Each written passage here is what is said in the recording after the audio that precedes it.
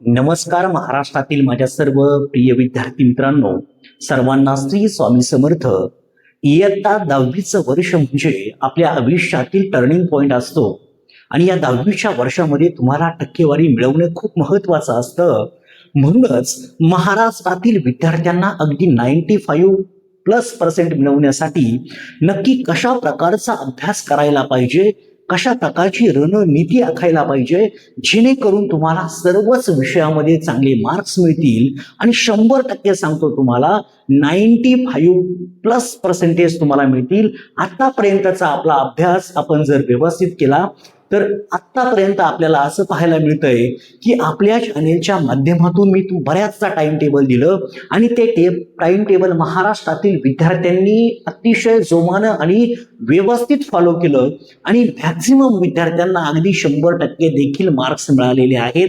आजचा हा जो व्हिडिओ असणार आहे खूप महत्वाचा आहे. तुमच्या समोर एक टाइम टेबल दिसतंय, ते टाइम टेबल कसं वापरायचं ते व्यवस्थितपणे समजून घ्या. आणि दुसरा महत्वाचा मुद्दा, आपल्या याच चॅनेलवरती आपण लाईव्हच्या माध्यमातून 10वीच्या विद्यार्थ्यांची संपूर्ण तयारी करून घेणार आहोत. त्यासाठी प्लीज आपल्या या चॅनेलला सबस्क्राईब करून शेजारी असणाऱ्या बेल आयकॉनवरती क्लिक करा. दुसरी महत्वाची गोष्ट, या व्हिडिओच्या डिस्क्रिप्शन बॉक्समध्ये मी एक टेलिग्राम ग्रुपची लिंक दिली आहे. टेलिग्राम ग्रुप सगळ्यांनी जॉईन करून ठेवा, कारण की टेलिग्रामच्या माध्यमातून तुम्हाला संपूर्ण अभ्यास 10वीचा आपण करून घेणार आहोत, जे की मागील 10 वर्षापासून आपण देखील हा अभ्यास पूर्ण विद्यार्थ्यांकडून करून घेत आहोत. इथे जर पाहिलं तर सगळ्यात महत्वाचं पहा, आपलं टार्गेट आहे 95+%. सकाळी पहा विद्यार्थी मित्रांनो, तुम्हाला जर आयुष्यात काही करायचं असेल तर सकाळी तुम्ही 4 वाजता उठण्यास सुरुवात केली पाहिजे. रोज सकाळी तुम्ही 4 वाजता उठले पाहिजेत. आता महत्वाचा भाग म्हणजे सकाळी 4 ते 4:10 वाजेपर्यंत तुम्हाला योग आणि मेडिटेशन, एक 10 मिनिटं तुम्ही मेडिटेशन करा, कारण की मेमरी तुम्हाला जेवढी वापरता येईल तेवढी पद्धतीने तुमच्या मेमरीला चालना मिळेल आणि त्या ठिकाणी जेवढी तुमच्या मेमरीला चालना मिळेल तेवढा तुमचा अभ्यास जास्त होईल. एक लक्षात ठेवा, सकाळी लवकर का उठायचं आणि संध्याकाळी लवकर का झोपायचं, कारण की हे पूर्वीपासून आपण पाहिलं की ज्यांचं आरोग्य चांगलं आहे त्या माणसांनी इतिहास रचला आहे. दुसऱ्या बाजूने जर विचार केला तर काही विद्यार्थ्यांना संध्याकाळी त्या ठिकाणी लेट पर्यंत जागायची सवय असते, परंतु दिवसभर आपला मेंदू दमलेला असतो आणि त्याला लवकर रेस्ट दिला तर तो लवकर पुन्हा चार्ज होतो. अशा वेळेसला सकाळी सकाळी दिवसभराचा अभ्यास सकाळच्या 2 तासामध्ये आपण करू शकतो. म्हणून तुम्हाला सकाळचं टाइम टेबल दिलंय. आता प्रत्येकाच्या शाळेची वेळ ही वेगवेगळी असेल. आपण जर पाहिलं तर काही विद्यार्थ्यांची शाळा 7 ते 12 असते, काहींची 8 ते 12 असते, काहींची शाळा 9 ते 3 असते, काहींची 10 ते 4 असते, 11 ते 5 असते. असा वेगवेगळा टाइम शाळांचा आहे. मी जनरल या ठिकाणी शाळा ज्यांची 10 ते 4 आहे त्या संदर्भातलं एक टाइम टेबल देतोय. त्या टाइम टेबलमध्ये तुम्ही तुमच्या शाळेच्या वेळेनुसार बदल करून एक टाइम टेबल बनवा. आतापासून सुरुवात करा. 100% सांगतो तुम्हाला, अगदी या वर्षी ज्या पद्धतीने आपण पाहिलं जवळपास 250+ विद्यार्थ्यांना 100% गुण 10वीच्या बोर्ड परीक्षेत मिळालेत, तशा प्रकारचे गुण तुम्हाला देखील 110% मिळतील याची मला 100% खात्री आहे. इथे जर पाहिलं तर 4:10 ते 6 वाजेपर्यंत साधारणतः शाळेचा टायमिंग या ठिकाणी आपण इथे जर पाहिला तर 10 ते 4 वाजेपर्यंतची शाळा आहे. इथे मी तुम्हाला मेन्शन केलंय. तुमच्या शाळेचा टायमिंग व्यवस्थित वापरून तुम्ही टाइम टेबल बनवायचं आहे. ते वापरायचंय कसं समजून घ्या. या ठिकाणी 4:10 ते 6 वाजेपर्यंत अभ्यास करायचा. सकाळी सकाळी नेहमी लक्षात ठेवा, जे पाठांतराचे विषय आहेत त्या विषयांना प्राधान्य द्यायचं. पाठांतराचे विषय मग कोणते आहेत सर, तर त्याच्यामध्ये जर पाहिलं तर आपला सायन्स विषय आहे, विज्ञान विषय आहे, विज्ञान भाग 1 आणि विज्ञान भाग 2, सायन्स 1, सायन्स 2. दुसरं म्हणजे सोशियल सायन्स, समाजशास्त्र.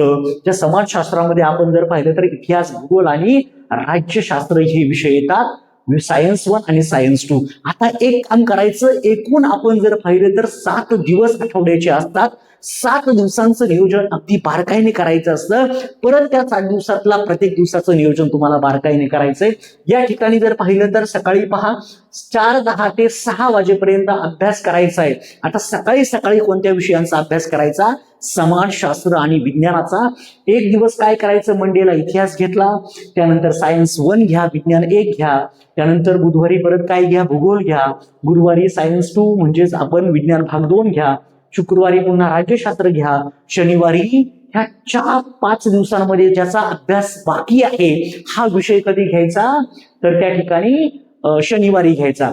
अशा पद्धतीने इतिहास, भूगोल, नागरिकशास्त्र आणि विज्ञानाचा अभ्यास करायचा. आता राहिला विषय गणित. आता इथे पहा, हे करत असताना तुम्हाला इथे सुद्धा या विषय याच्यातला रोज एकच विषय घ्यायचा, कोणता तरी एकच विषय घ्यायचा आणि तो इथे सुद्धा 4 आणि 6 पर्यंत इथे पण अभ्यास करायचा. त्यानंतर 7 ते 9 तुम्हाला वेळ असणार आहे.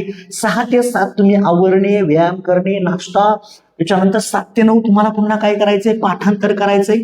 वरील प्रमाणे कोणताही एक विषय तुम्हाला घ्यायचा आहे. त्यानंतर 10 ते 4 तुमची शाळा असणार आहे. त्यानंतर शाळेतून आल्यावरती 1 तास तुम्ही आराम करू शकता, खेळू शकता, टीव्ही पाहू शकता. तर 4 ते 5 तुम्ही आराम करू शकता. तर 6 ते 8 काही विद्यार्थ्यांचे क्लास असतात, ते क्लास ते अटेंड करू शकतात किंवा इथे सुद्धा तुम्हाला जो शाळेकडून मिळालेला जो होमवर्क आहे तो होमवर्क देखील इथं तुम्ही करायला तुम्हाला वेळ असतो. त्यानंतर 8 ते 9 या वेळेमध्ये तुम्हाला जेवण करण्यासाठीची वेळ असणार आहे, आराम करायला वेळ असणार आहे. त्यानंतर पुन्हा 9 ते 9:45 लक्षात ठेवा, रोज कमीत कमी 45 मिनिट तरी किंवा 1 तास तरी गणित विषयाचा रेग्युलर अभ्यास करायचा, गणिताचा सराव करायचा. मी आपल्या चॅनेलच्या माध्यमातून तुम्हाला गणितातील IMP प्रश्नांसह संपूर्ण सराव करून घेणार आहे. त्याचीही तयारी आपण व्यवस्थित आपल्या चॅनेलच्या माध्यमातून करायला तुम्हाला मिळेल आणि 100% सांगतो तुमचा अभ्यास आपल्या चॅनेलच्या माध्यमातून मी करून घेईल. या ठिकाणी जर पाहिलं त्यानंतर 9 ते 9:45 वाजेपर्यंत तुम्ही गणिताचा अभ्यास केला. 9:45 ते 10 वाजेपर्यंत तुम्हाला झोपायची तयारी करायची आहे आणि 10 ते 4 तुम्हाला झोपायचं आहे. आता राहिला विषय, सर आम्ही 6 दिवसांमध्ये 3 विषयांचा अभ्यास तर रेग्युलर केला, राहिले आमचे 3 विषय. 3 विषय जर पाहिले तर दर रविवारी संडेचा कालावधी उरतो. दर रविवारी तुम्हाला इंग्रजी ग्रामरचा खूप जबरदस्त अभ्यास करायचा आहे, हिंदी ग्रामरचा अभ्यास करायचा आहे, रायटिंग स्किलचा अभ्यास करायचा आहे, मराठी व्याकरणाचा अभ्यास करायचा आहे. या 3 विषयांना 1 दिवस पुरेसा आहे, दिवसभर फक्त आणि फक्त या भाषा विषयांचा अभ्यास करायचा.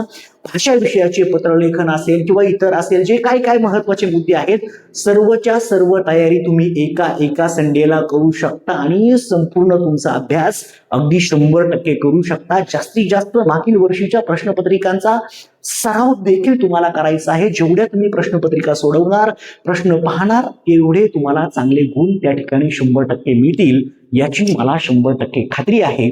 तर अशा पद्धतीने सर्वांनी अगदी मायक्रो प्लॅनिंग करा. माझी इच्छा आहे की तुम्हा सर्वांना येत्या बोर्ड परीक्षेमध्ये मार्च 2026 नंतर पुढच्या येणाऱ्या मार्च 2027च्या बोर्ड परीक्षेमध्ये 100% मिळवण्याची तुम्हाला संधी आहे. नक्कीच तुम्ही मार्च 2027च्या बोर्ड परीक्षेमध्ये 100% मिळून महाराष्ट्रामध्ये पहिले येण्याचं स्वप्न पूर्ण करण्याची तयारी तुम्हाला या टाइम टेबलच्या माध्यमातून 100% मिळेल. प्रत्येकाचं नशीब त्या ठिकाणी त्याच्या 10वीच्या मार्कांवरती अवलंबून आहे. म्हणून माझी विनंती असेल, प्रामाणिक अभ्यास करा आणि या परीक्षेत चांगलं यश मिळवा. सर्वांना खूप खूप अशा शुभेच्छा आहेत. व्हिडिओ आवडल्यास व्हिडिओला लाईक नक्की करा. तुमच्या 10वीच्या मित्राला, मैत्रिणीला, तुमच्या वर्ग शिक्षकांना हा व्हिडिओ नक्की पाठवा आणि त्या ठिकाणी रोज आपल्या चॅनेलच्या माध्यमातून तुम्हाला जो अपडेट मिळेल, अभ्यास मिळेल, तो प्रामाणिकपणे करा. 100% तुमच्या यशामध्ये त्याचा वाटा मोठा असेल. सर्वांना all the best. Thank you so much.